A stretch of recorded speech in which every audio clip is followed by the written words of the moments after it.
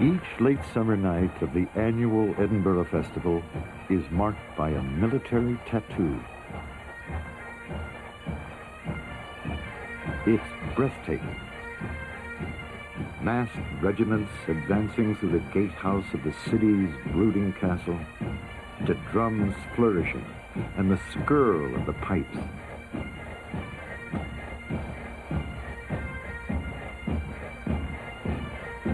Yet some of these tartan stalwarts hail from lands oceans away from the highlands and lowlands of bonny Scotland. From Canada. From Australia. Among the thousands of spectators are visitors from Australia and New Zealand, nations plump with Scottish blood.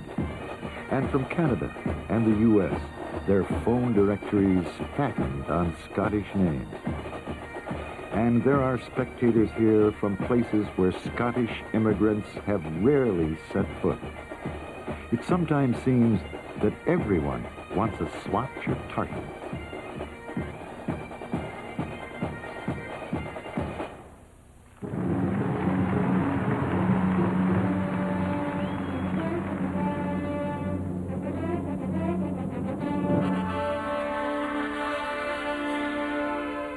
And so come the visitors, not only for the stupendous Edinburgh Festival, but for the everyday, every season festival of Scotland itself.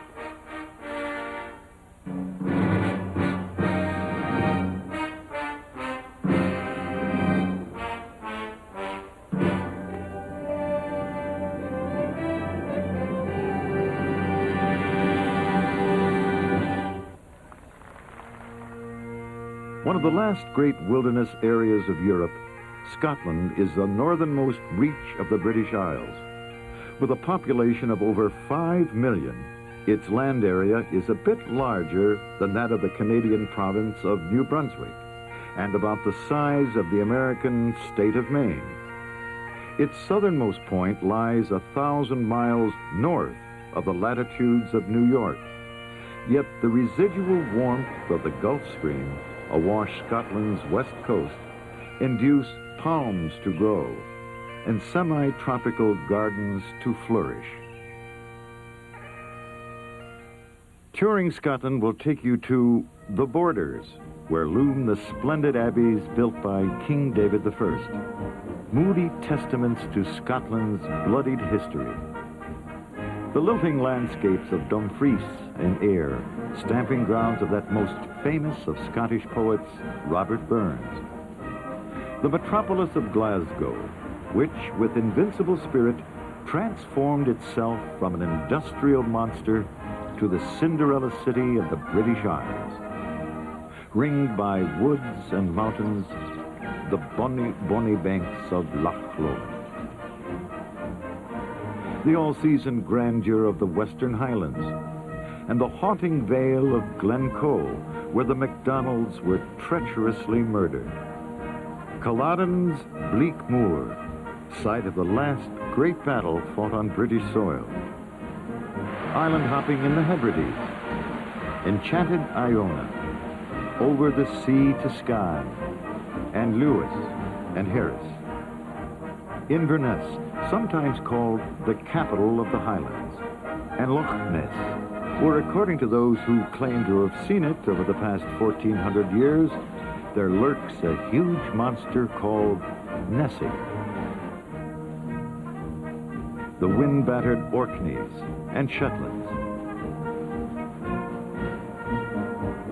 The glistening granite city of Aberdeen. Glamis Castle, where tradition sets the murder of King Duncan by Macbeth.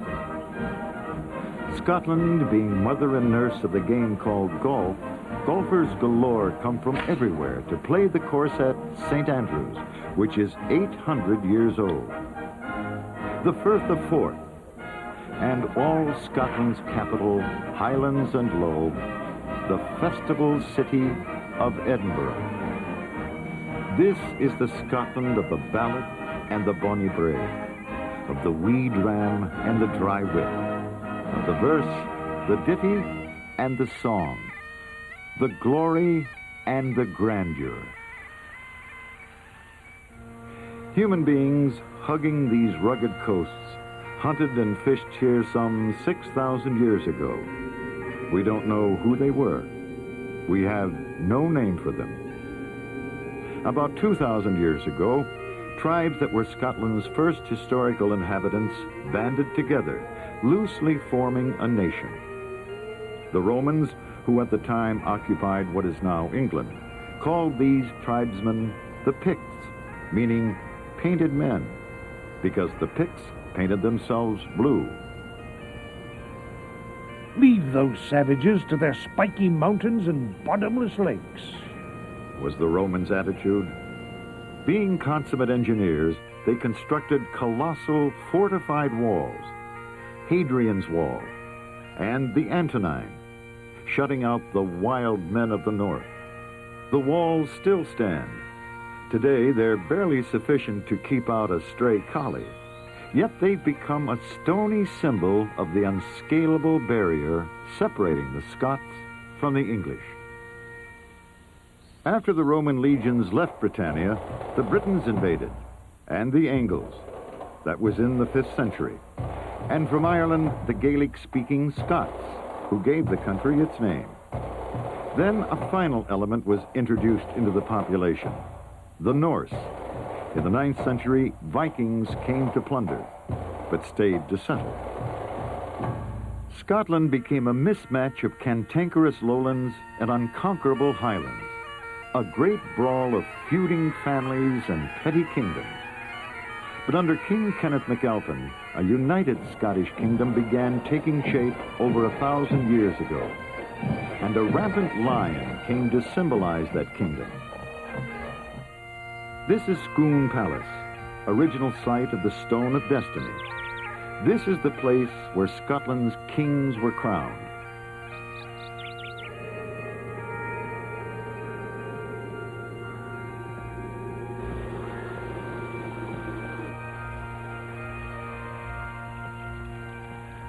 (1,500 to 1,000 years ago), this was one of 3 capitals of the Scots kingdom of Dalriada.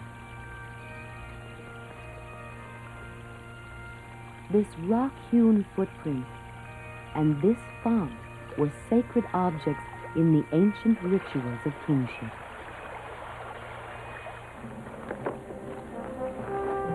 For centuries, the English, who to this day the Scots call Sassenachs, encroached on Scottish soil and Scottish rights. Scotland bred its defenders, William Wallace, and Robert the Bruce, whose 6,000 fighting Scots whipped an English force of 20,000 here at Bannockburn. Who then are these wild men and women of the north? Picts, Gaels, Celts, and Norsemen. Today they're all Scots. Scottish, never Scotch. Scotch is the whiskey most imbibed throughout the world. Scotch describes a buttery shortbread and a game in which children hop, but never the nationality of Scotland's people. From this land, breathtaking to behold, but topped by poor soil, comes a people of confounding contradictions. Frugal, but at times generous to a fault. Excessively practical, yet romantic. Hard-nosed, yet sentimental. Dour, yet endowed with a wry sense of humor.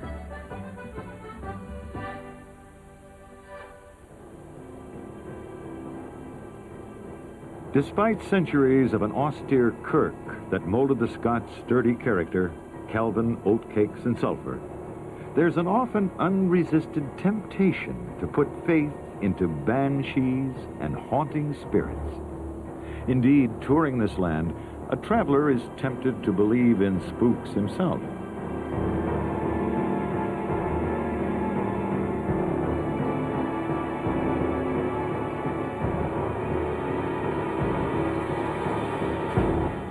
Scotland holds only 10% of the population of the United Kingdom, yet outstanding Scots who grace a who's who in Britain far exceed that percentage. Philosopher David Hume, James Watt, inventor of the steam engine, and opera diva Mary Garden, and Sir Arthur Conan Doyle, creator of Sherlock Holmes, and Sir Alexander Fleming, discoverer of penicillin, and on and on. The impact the Scots have made throughout the whole world is even more remarkable.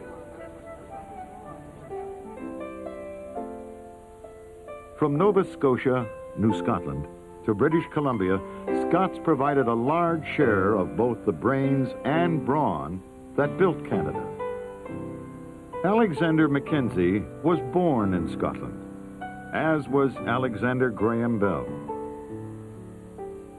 13 of the signers of the American Declaration of Independence bore Scottish names. The father of Alexander Hamilton was born in Scotland. So was the father of the United States Navy, John Paul Jones. And Andrew Carnegie. He was born here in Dunfermline.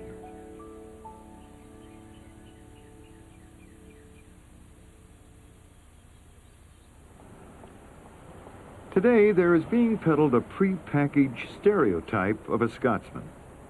Clan shops retail tartans by the yard. The roots of a visitor's family tree can be grafted onto those of a noble Highland laird, probably named Jock. It is as foolhardy to encapsulate Scotland as kilts, haggis, and whiskey as it would be for a Scot to regard America as no more than Levi's, hot dogs, and martinis. As with folk everywhere, Scots are best seen in their mother landscape. Scotland is land, bens, crags, braes, glens. Scotland is water, burns, rivers, firths, and lochs. Scotland is places, from castles to crofts, from its Athens of the north to its far-flung North Sea islands. Being called the Borders should in no way imply that this region is only of borderline interest. Just follow the river banks to Kelso, Melrose, Dryborough, and Jedburgh, towns flanking the ancient Roman wall which thrust north from England. In the 12th century, under the great Scottish King David I, these towns saw a frenzy of church building. 4 splendid abbeys arose, sealing the town's royal pedigrees. Kings were crowned here. But the Borders had always been a battlefield between the Scots and the Sassenachs. Centuries of armed clashes turned them into ruins. Now they stand as testaments to a bloody history. To wild cheering from the townsfolk, young horsemen spurred their mounts southward. Each year from towns such as Peebles and Selkirk and Galashiels, the Border lads gallop to the Welcome to Scotland signs and proclaim in clarion voices the abiding freedoms of the Scots to the English south. These are called the Common Ridings.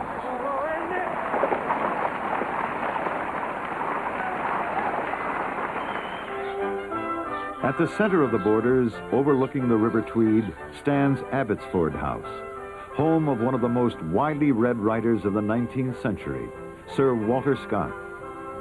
I'm Jean Maxwell Scott, and I'm a great-great-great-granddaughter of Sir Walter Scott, whose portrait by Sir Henry Raeburn you see here. It's a shrine to visitors weaned on Scots Rob Roy and Ivanhoe. Gretna Green, and there's a wedding in progress. Traditionally, Scottish blacksmiths were empowered to perform weddings. And why not? Since a smith had the power to wed two metals to each other, making them one.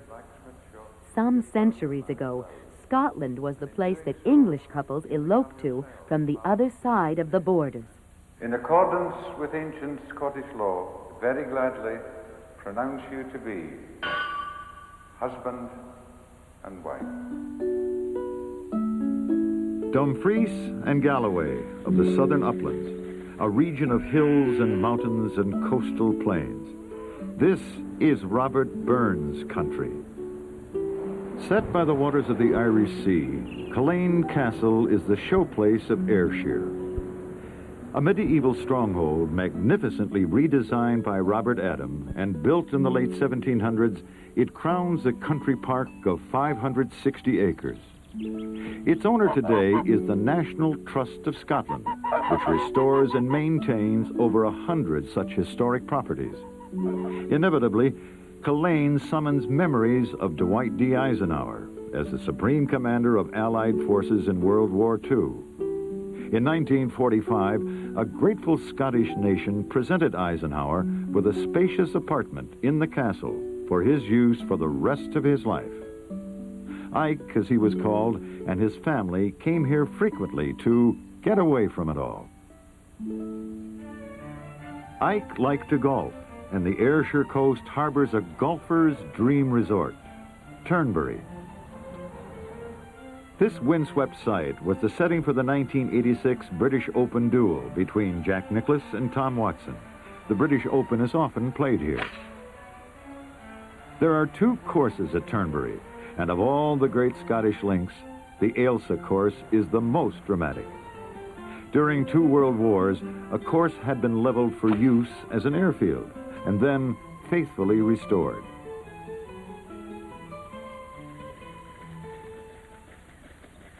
A gentle giant. That's the native Scottish Clydesdale, 17 hands high and weighing close to a ton. Originally, Clydesdales were bred for hard work. Today, they're trained for a more genteel life. Clydesdales have style.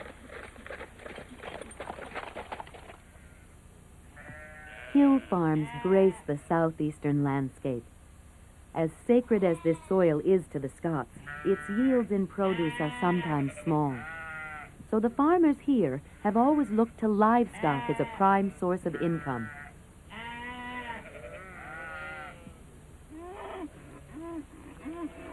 A Hieland Coo, a specimen of that shaggy native breed of Highland cattle, so at home on heaths and moors. Greatest yield of the Scottish farms is the ploughman poet Robert Burns. Burns wrote in broad Scots dialect for plain people. A man's a man for all that. A lusty fellow, he wrote of his love of women. Oh, my love is like a red, red rose. And of his loathing of pretense and hypocrisy. A fig for those by law protected. Liberty's a glorious feast. Because he was their champion, he is the poet of earthy men and women the world over. His portraits appeared even on a postage stamp in Romania. A family Bible holds a record of his birth in 1759 in this cottage to a farming family in Alloway. The first 7 years of his life were spent in these rooms. This is a manuscript of Holy Willie's Prayer, signed in Burns' own hand. At this cottage in Dumfries, the poet died of a rheumatic heart at age 37 and was buried with honors in St. Michael's churchyard. Near the old Brigadoon, bridge over the River Doon, stands a monument honoring him. In our day, people everywhere are quoting Robert Burns when they sing, We'll take a cup of kindness yet for old lang syne. River Clyde is the prime waterway to the heart of Scotland, and Glasgow is the country's biggest city, 3rd largest in the British Isles. But from Glasgow, it's only a short excursion to Loch Lomond. There's a saying in Scotland, Though Edinburgh is the capital, Glasgow is where the capital is.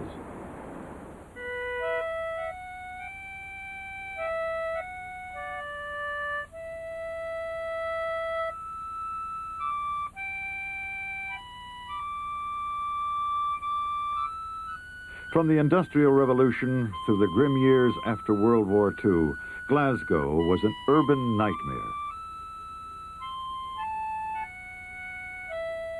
A smoke-choked city with the toughest neighborhoods in Britain's worst slums.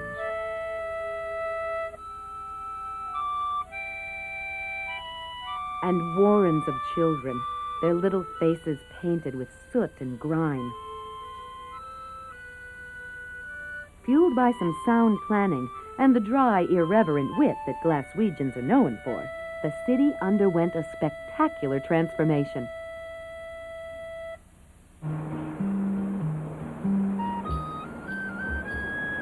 Today, Glasgow is the Cinderella city of Britain. Glasgow has been university town for the past 500 years, but today Glaswegians are calling it Culture City.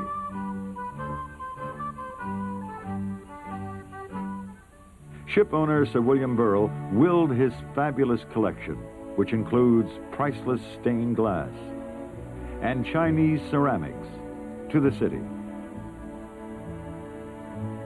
Now it's housed in a stunningly modern museum building in Glasgow's Greenbelt.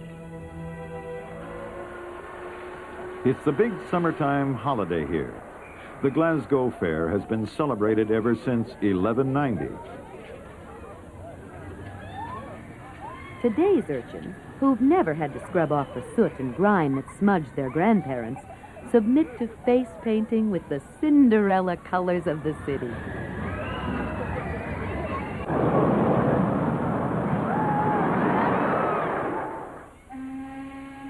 A beautiful wooded valley between two lakes, the Trussocks, robber's roost for the heroic outlaw Rob Roy, who was glorified in a novel by Sir Walter Scott. It's a short trip from Glasgow. The Trussocks are best viewed from a passenger steamer that plies the waters of Loch Katrine. The ship is well named, the Sir Walter Scott.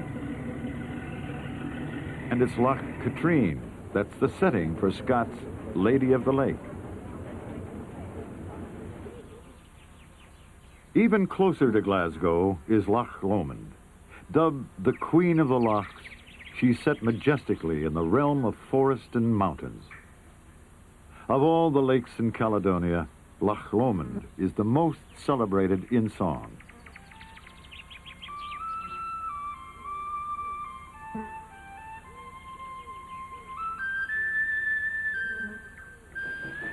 Travelers yearning to traverse the wilds of Scotland while ensconced in the lap of luxury can board the Royal Scotsman.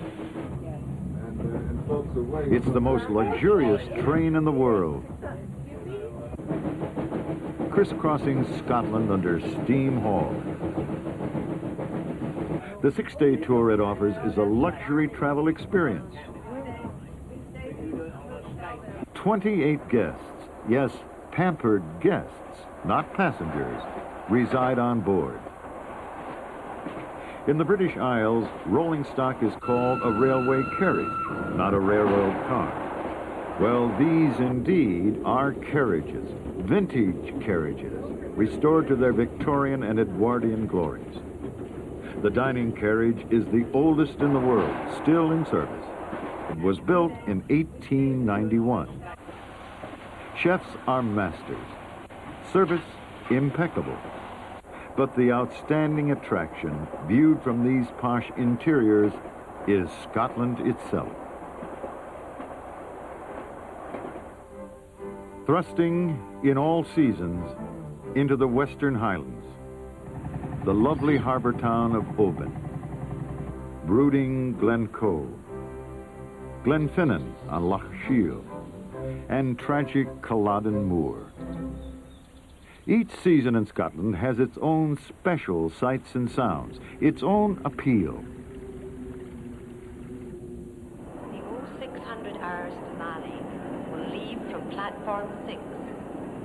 falling and Steam trains of the Western Railway, departing year-round from Glasgow, make it possible to explore the Highlands comfortably, in any weather.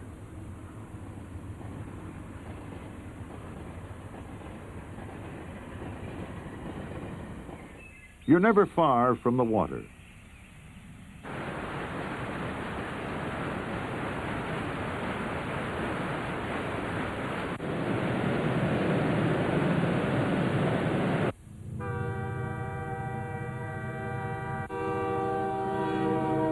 The train stops at towns and hamlets, even Junction, somewhere the station master doubles as postmaster. Trains run every weekday, but never on the Sabbath.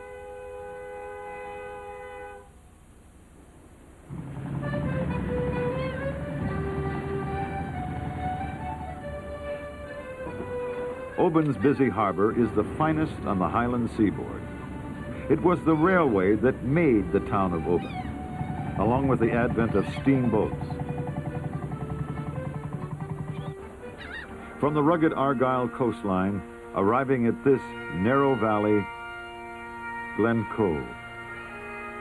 Here, the traveler speaks in whispers.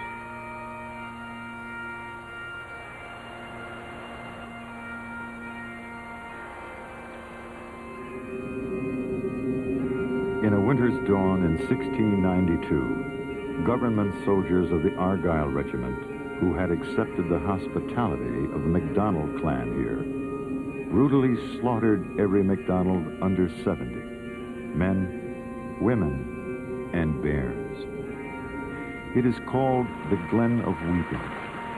It seems that the pain of this event still rides in this brooding valley. Some 15 miles to the north is Fort William, a main base for climbers determined to scale Ben Nevis, Scotland's own Big Ben, at 4,406 feet, the highest mountain in the British Isles. With winter's blasts, herds of stag migrate to the lower reaches in their search for food.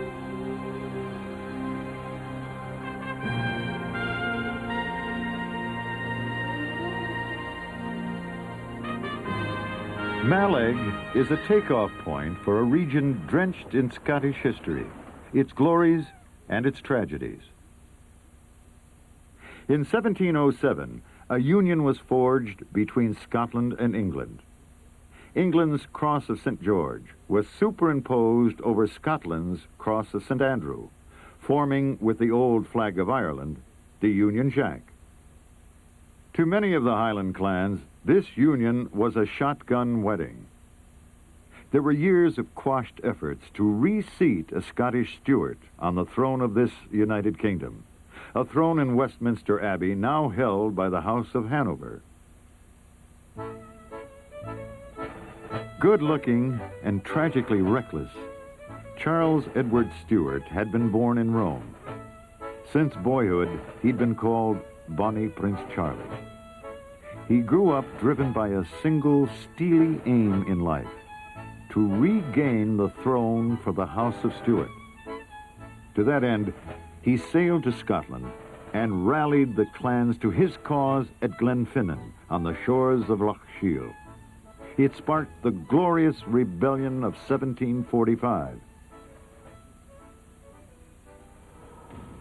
The showdown came on Dramossy Moor in Culloden, where Prince Charlie's Highlanders were cut to pieces by the Duke of Cumberland's artillery. For the clans, Culloden marked the end of the Highland way of life. But Charlie escaped and lived for 42 years after Culloden. He died a broken man. The legend of Bonnie Prince Charlie looms larger in Scottish national consciousness than the man who bore that name. He's idealized in sweet pain. The sovereignty never attained. The fight well fought, but unwon. Stretching along the rugged west coast is a chain of fabled islands, the Hebrides. In fact, There are two groups of islands, the Inner Hebrides and the Outer Hebrides, often called the Western Isles. Mull, beautiful Mull, is one of the Inner Isles. Mull sometimes serves as a jumping-off place for the most sacred of the Scottish Isles, Iona.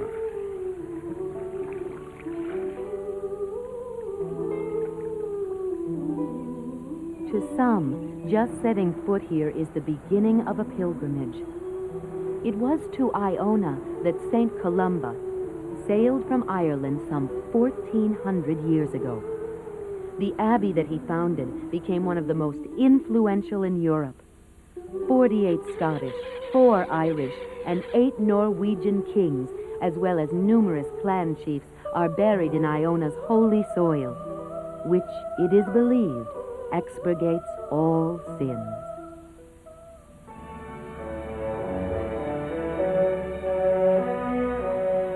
Six miles north of Iona is tiny Staffa, an uninhabited island of bizarre rock formations. This black maw is the gaping mouth of a cave named after Fingal, a Celtic hero. Its echoes of the crashing sea inspired Felix Mendelssohn to compose one of his best-known overtures, Fingal's Cave.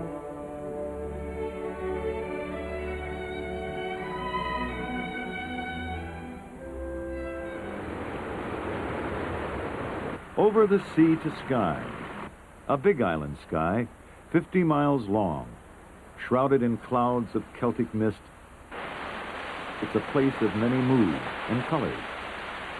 So irregular is this island's coast that no place is more than a few minutes from the sea. About 12,000 people live on this island. In times past, the main occupation was crofting, that is, small farming on this rocky soil. You can visit an old croft as it was then, sparse furnishings and plain, and an open Bible printed in the Gaelic language. More than half of the island's people speak Gaelic as their everyday language, and one of the prides of Skye is its Gaelic College.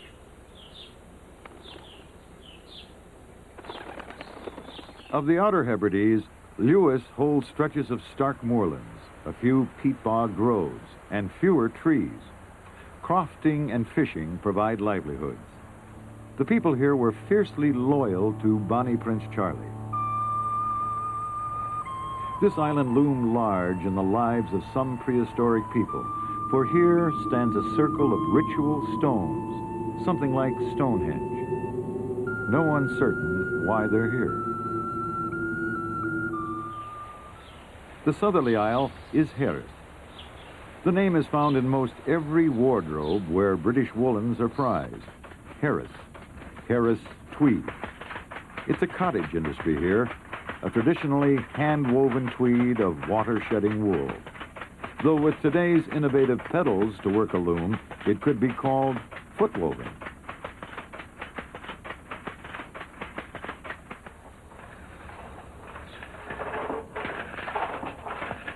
This venerable lady is a last holdout. She's weaving the way the old folks did, doubly guaranteeing the qualities that have earned Harris its worldwide reputation. Her homeland, her Scotland, is much like her tweed.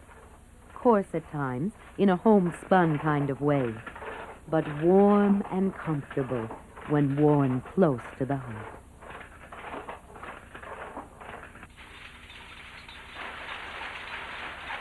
Most Scottish woolens are less quaintly produced. There's a world market for them, and supply could never meet the demand if it were otherwise.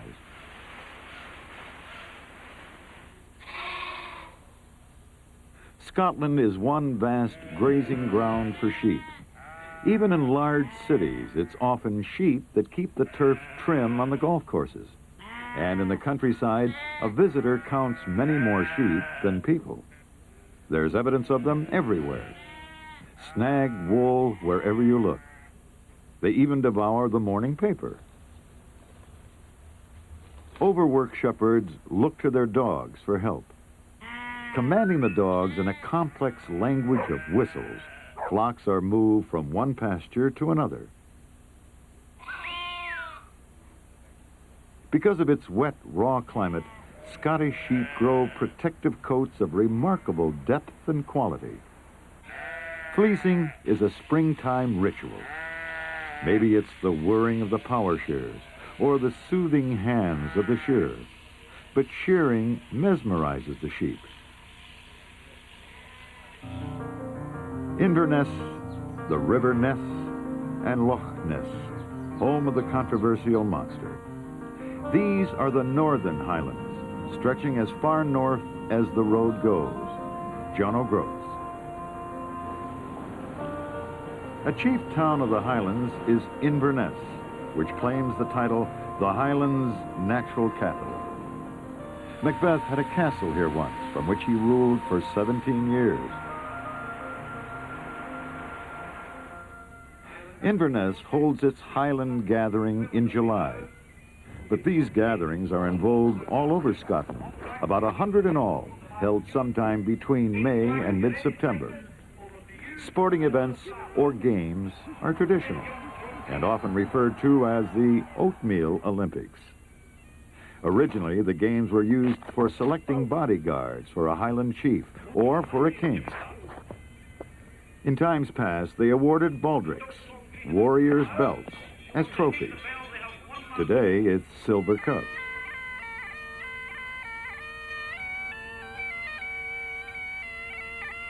It's girls, rarely over 18, and often as young as 3 or 4, who compete in the dance events.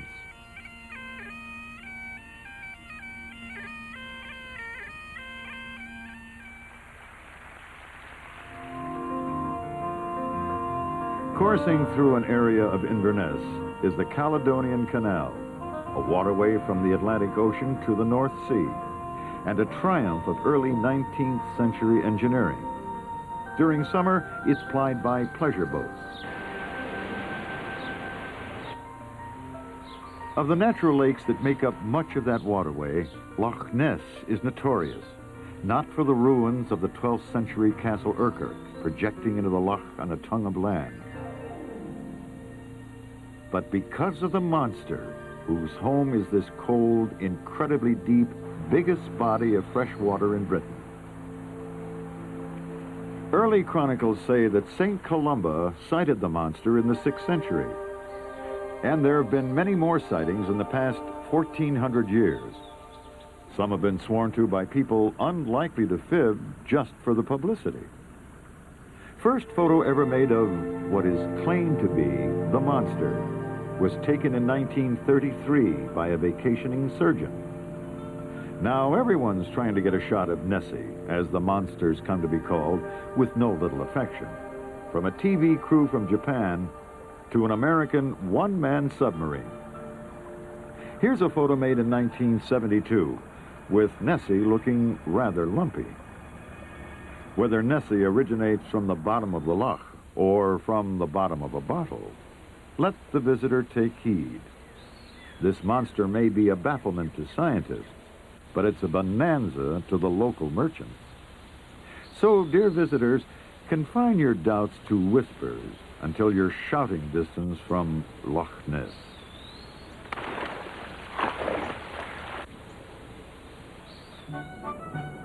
River Spey flows to the Moray coast, which stretches eastward from Inverness. In fishing villages named with knockabout syllables, Rosehearty, Portknocky, and Banff, the family wash is drying on the clothesline. So is the family meal.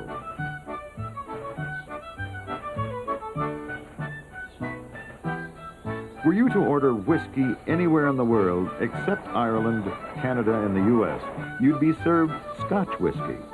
Perhaps that accounts for the popularity of the whiskey trail tours with some visitors. Though it's been tried, and with great expense, Scotch whiskey cannot be made outside of Scotland. The old histories claim that missionary monks were its first distillers. In 1494, it was chronicled as the water of life. Indeed, the soft water of the Highlands is a vital ingredient. For a Scotch to be sold legally, it must have been casked for at least 3 years. While maturing in the casks, whiskey evaporates quite a bit. Really, then, all a visitor need to do is breathe in.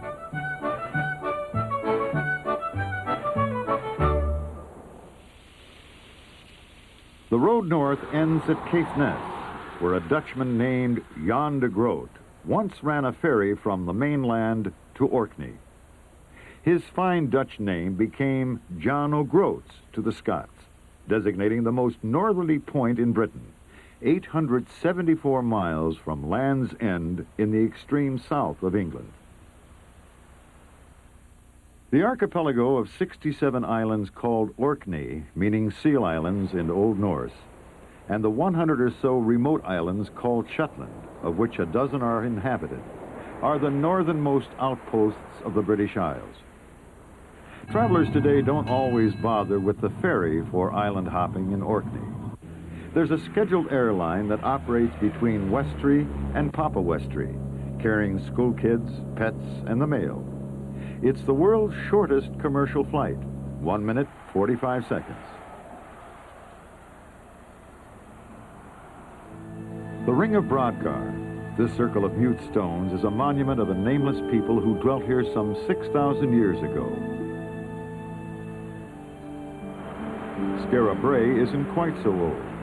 In 1850, a storm had uncovered a few telltale stones. This triggered an excavation.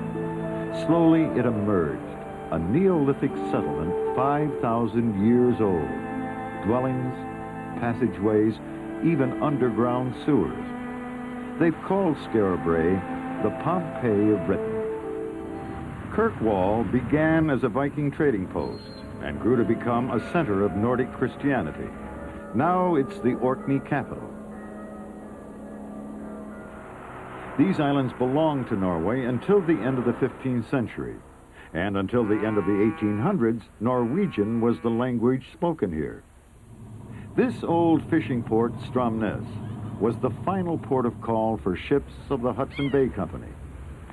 During World War II, after a German submarine penetrated the Scapa Flow and sank a British battleship, Italian prisoners of war were made to build these barriers, called the Churchill barriers, to seal off the flow.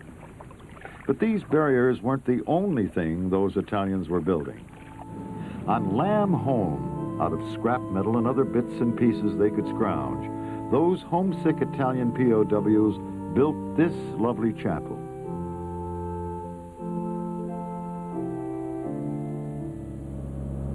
"148 miles northeast of Orkney lies Shetland, consisting of 100 sea-worn islands.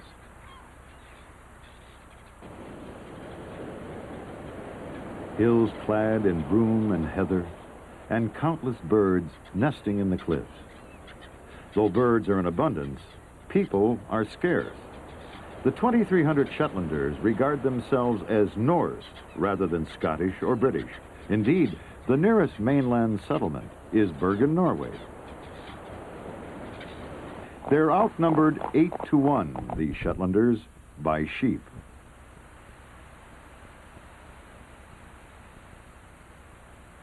Shetland has given its name to a respected breed of sheepdog, the Sheltie, as well as to a shaggy, pint-sized horse, the Shetland pony. Millions of people sat in a saddle for the first time at a Shetland pony ride in a park.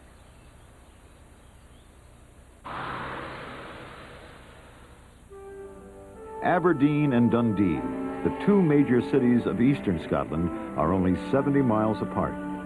In the backyards between them, there's a lifetime of vistas. Then, a short jaunt to Fife, the holy land of golf.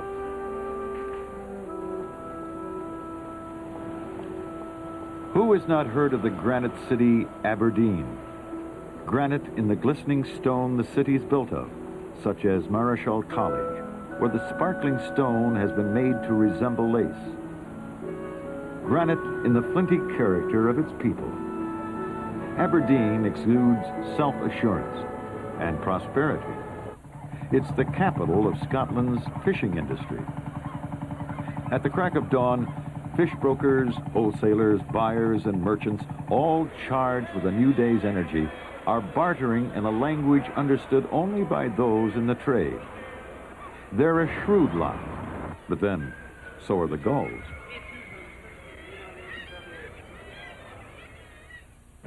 The same early morning might find a chopper taking off from Aberdeen, the city which had easily assumed the role of the oil capital of Europe. Destination, North Sea Platform 703. Platform 703 is a drilling rig. 200 lives are at stake here.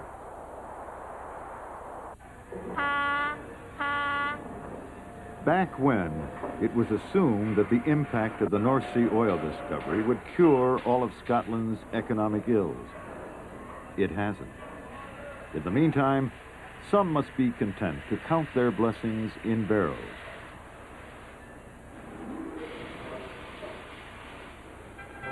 Taking its name from this spine of mountains, Glenfinnan is Scotland's northeastern shoulder. An unusually high number of royal warrants are displayed by the tradesmen of this village. That means that they're supplying goods or services to the royal family. It's no wonder. Balmoral Castle is nearby. When Queen Victoria beheld this area, she exclaimed, "This dear paradise." So her devoted husband and consort, Prince Albert, built her this storybook castle in the Scottish baronial style, Balmoral.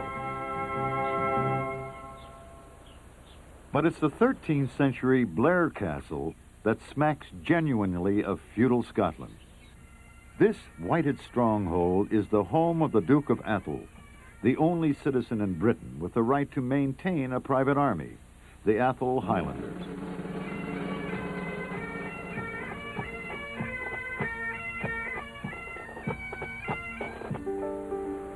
Tayside gushes with cataracts and rushing streams, chilling the boots of fly-fishing sportsmen, before emptying into Loch Tay, which has the source of River Tay at its foot.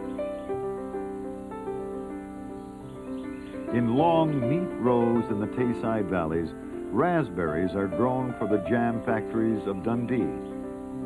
Dundee is Tayside's big town, known for its jams and marmalades. But there's more to Dundee than preserves. There's preservation. Victoria Dock harbors the RRS Discovery, which carried Captain Robert Scott's 1901 expedition to the Antarctic.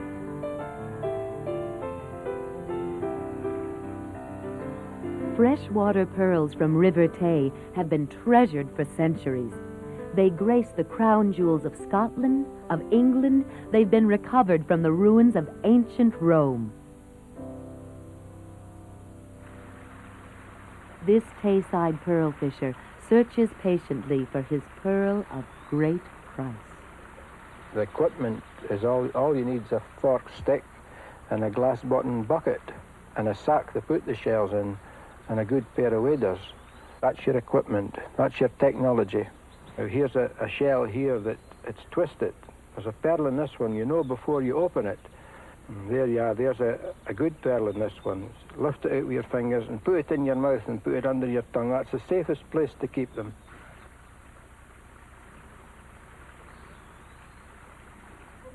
Glamis Castle, with its crenellated battlements, dates mainly to the 17th century. But there was a castle here 1,000 years before that. Shakespeare had made this site the setting for Macbeth. All hail, Thane of Glamis! Home to the Earls of Strathmore, it's as close to a fairy tale castle as any in Scotland. It was at Glamis that Princess Margaret was born. Her mother, now the Queen Mother, was Lady Elizabeth Bowes-Lyon of the House of Strathmore. The man she'd marry was the Duke of York, who, because of his older brother's abdication, would become King George VI. But they were a giant step from the throne when this snapshot was taken. She had no notion then that her firstborn, Elizabeth, would one day be queen. This is the present Lady Strathmore, seated in the wing reserved for the Queen Mother's visits. Hello. I'm Mary, Countess of Strathmore, and I would like to welcome you very warmly indeed to Glamis Castle. Glamis is steeped in history and has very many beautiful rooms, but I am now sitting in one of my very favourite rooms, which is known as the Queen Mother's sitting room. There's a sort of castle, a Scottish palace in the glens, where everyone is treated like royalty. The Gleneagles Hotel stands tall in the Perthshire landscape. An all-round sports resort, its moorland courses are regarded as a golfer's dream. The hotel itself offers the kind of pampering that a true sportsman shouldn't need, but likes. This is a Scottish breakfast. Bought separately, it works out to about 5 pounds, and that's just the weight gain.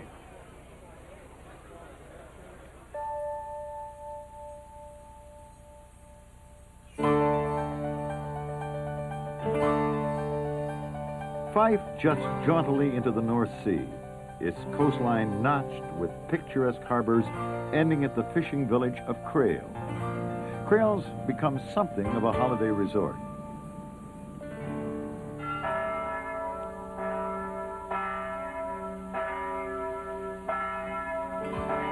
But Fife's history centers in St. Andrews, once a cathedral town and the seat of Scotland's oldest university.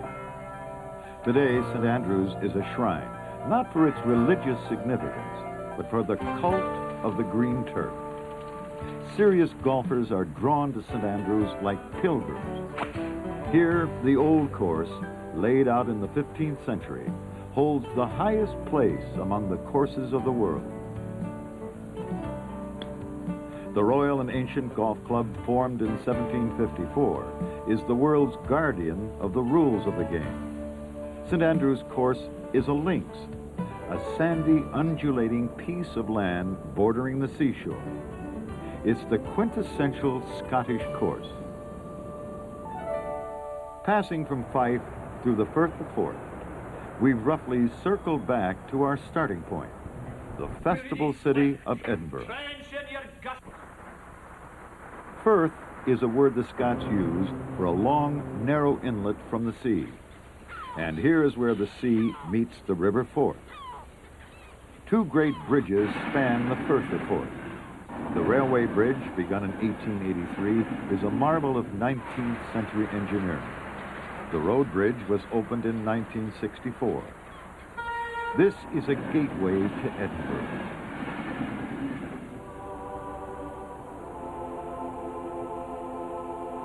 Drifting with a morning mist to where it all started, majestic Edinburgh, the true capital of Scotland in the heart of every Scotsman.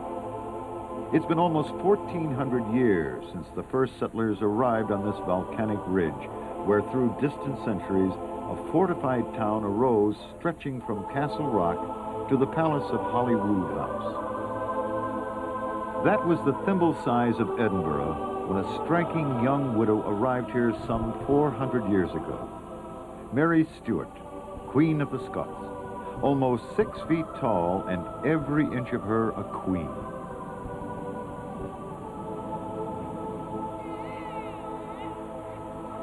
Mary was brought into the world on a wintry day in 1542, here at the palace at Linlithgow. Her royal father, King James V, lay dying here in Falkland Palace, praying for a son. When he learned that it was not a boy, Woe is me. My dynasty came with a lass, it will go with a lass. 6 days later, he died. Mary was hardly a year old when at Stirling Castle she was crowned queen. She grew up romping in this garden. Hers was a joyful disposition. She loved dancing, hunting, playing golf. Yes, Mary of Scotland had a sense of fun. When she was 15, she was married in Paris to the Dauphin of France, who was a year younger. They grew fond of each other. And when her young husband died 2 years later, Mary wrote, By day, by night, I think of him. My heart keeps watch for one who's gone. Returning to Scotland, she began her reign honestly and fearlessly. Her tolerance was unique among the rulers of her time. A Catholic herself, Mary dealt fairly and without bigotry toward subjects of different religions. A royal steward, Lord Darnley, became her second husband, and Mary reigned from Holyrood through 6 years of affronts to her power. She had been pregnant for 6 months when in this room, in front of her eyes, her secretary, David Rizzio, was murdered in cold blood. So that the shock would kill both queen and heir in premature childbirth is what many believed. If that was true, the plot failed. In this chamber in Edinburgh Castle, Mary did give birth to a son. The child lived, so did the mother. He was christened James. Now Lord Darnley, her child's weak, conniving father, was strangled by those conspiring against her. Mary found herself a woman alone in a lair of power-hungry nobles. Despite her marriage to the Earl of Bothwell, at their urging, her nobles imprisoned her in Loch Lomond Castle, where she was pressured into signing away her crown in favor of her infant son. But the dauntless queen engineered an escape from Loch Lomond and embarked for England to plead with her cousin, Queen Elizabeth, for help. On 16 May of 1568, she sailed from this shore for England. Elizabeth never met her, queen to queen. Rather, she imprisoned Mary for the next 19 years and then had her condemned to death for conspiring against her person. I have not procured nor encouraged any hurt against Her Majesty Queen Elizabeth. When Elizabeth signed Mary's death warrant, she was already 53 years old, an increasingly homely woman under her flaming red wigs, and she was barren. Mary of Scotland had always loved animals, particularly dogs. When she marched so bravely, so calmly to the block, her pet terrier was seen peering from under the skirts of her gown. She stretched herself at length, laid her neck on the block, commending herself to God. It took the axeman 3 horrid strokes. One of Mary of Scotland's mottos was prophetic. In my end is my beginning. Elizabeth died childless. It was Mary's son, James VI of Scotland, who succeeded to the English throne as James I of England, the first of the House of Stuart, whose bloodline infuses Britain's royal family of today.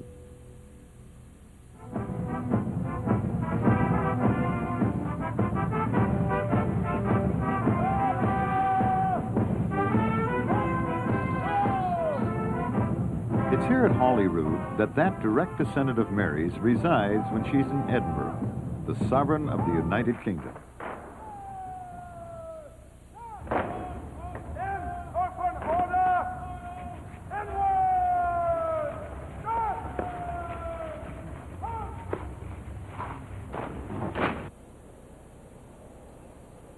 Her Majesty enters the forecourt of Holyrood to receive the key to Edinburgh from the Lord Provost.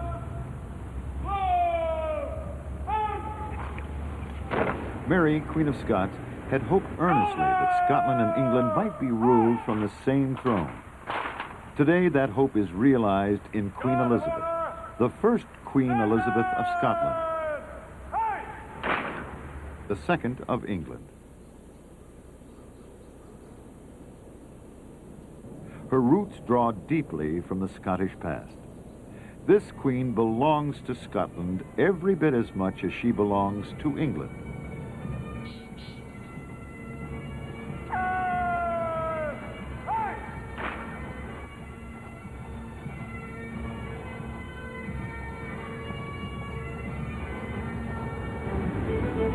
The spine of the ancient city, running from Holyroodhouse to Edinburgh Castle, is a stretch of road that packs the scope of Scottish history into 1 royal mile.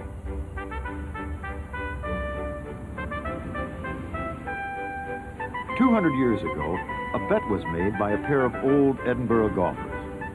Who would be the first to drive a ball over the crown steeple of St. Giles, the mother church of the Church of Scotland? Perhaps the ball struck the nearby statue of John Knox, Scotland's religious reformer, who'd cast a jaundiced eye on golf. At the west end of the Royal Mile, the towers and turrets of Edinburgh Castle, perched on an outcrop of volcanic rock. A hallowed stronghold that throughout the centuries grew to become a sprawling complex of batteries and barracks, palaces and prisons. It is still a working castle and headquarters for the Scottish division of Her Majesty's Army. If there is a national shrine in Scotland, it is this castle. Within its walls are housed the Scottish crown jewels. There are elements in the Golden Crown that date to 1306. The sword and scepter were gifts from Roman popes to Mary, Queen of Scots' grandfather. This is the oldest royal regalia in Europe.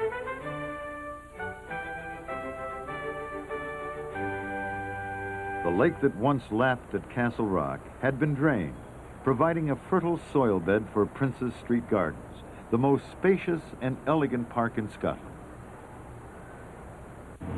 Bordering the gardens is Prince's Street itself, a splendid mile-long boulevard for shopping and promenading, landmarked by this spiky monument to Sir Walter Scott, nicknamed the Gothic Rocket.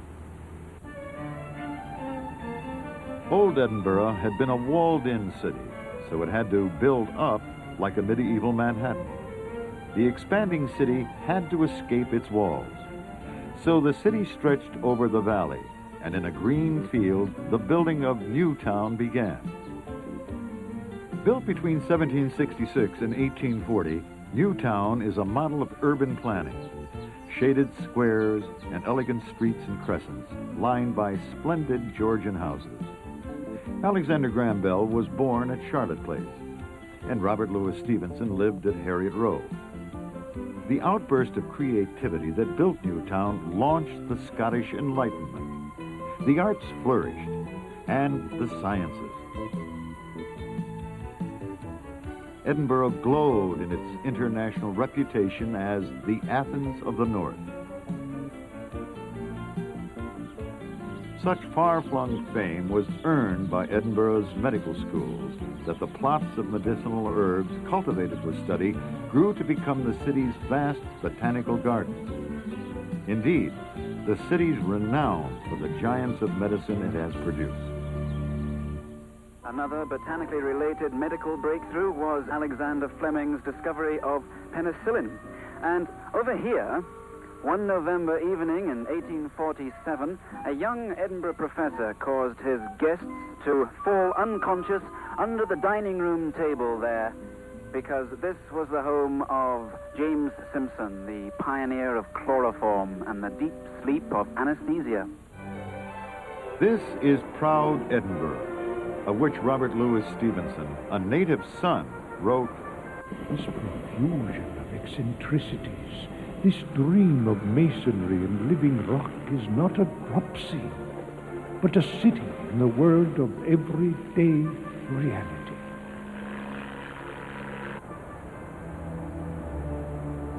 But like Stevenson's Dr. Jekyll and Mr. Hyde, this city has a murky alternate personality. This was particularly evident in the last century. It was then that two seemingly respectable fellows, William Burke and William Hare, stalked the gloomy wynds and closes in search of victims, unsuspecting citizens to strangle. They then sell their corpses to the medical schools for a pretty penny. In our waning century, Edinburgh after dark is more frolicsome than fearsome. There are elegant pubs for a wee dram, and restaurants glowing with tradition. And for brave visitors, the rugged national dish, haggis, a mince of entrails, oatmeal, and poetry. Trench in your gushed entrails brecht like oddy ditch. Then, oh, what a wondrous sect! If you wish her grateful prayer, give her a haggis. Once initiated to the haggis, visitors are regaled by Old Scotland.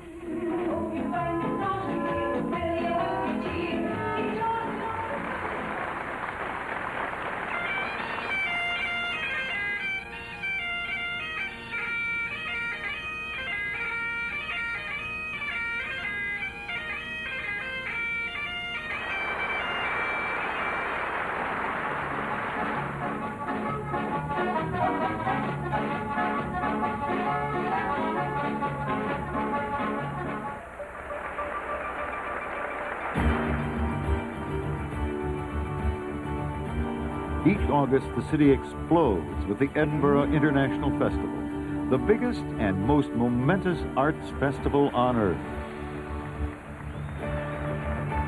Theater troupes, opera companies, dance ensembles, and string quartets cram every auditorium, church hall, and makeshift theater within reach of the central city.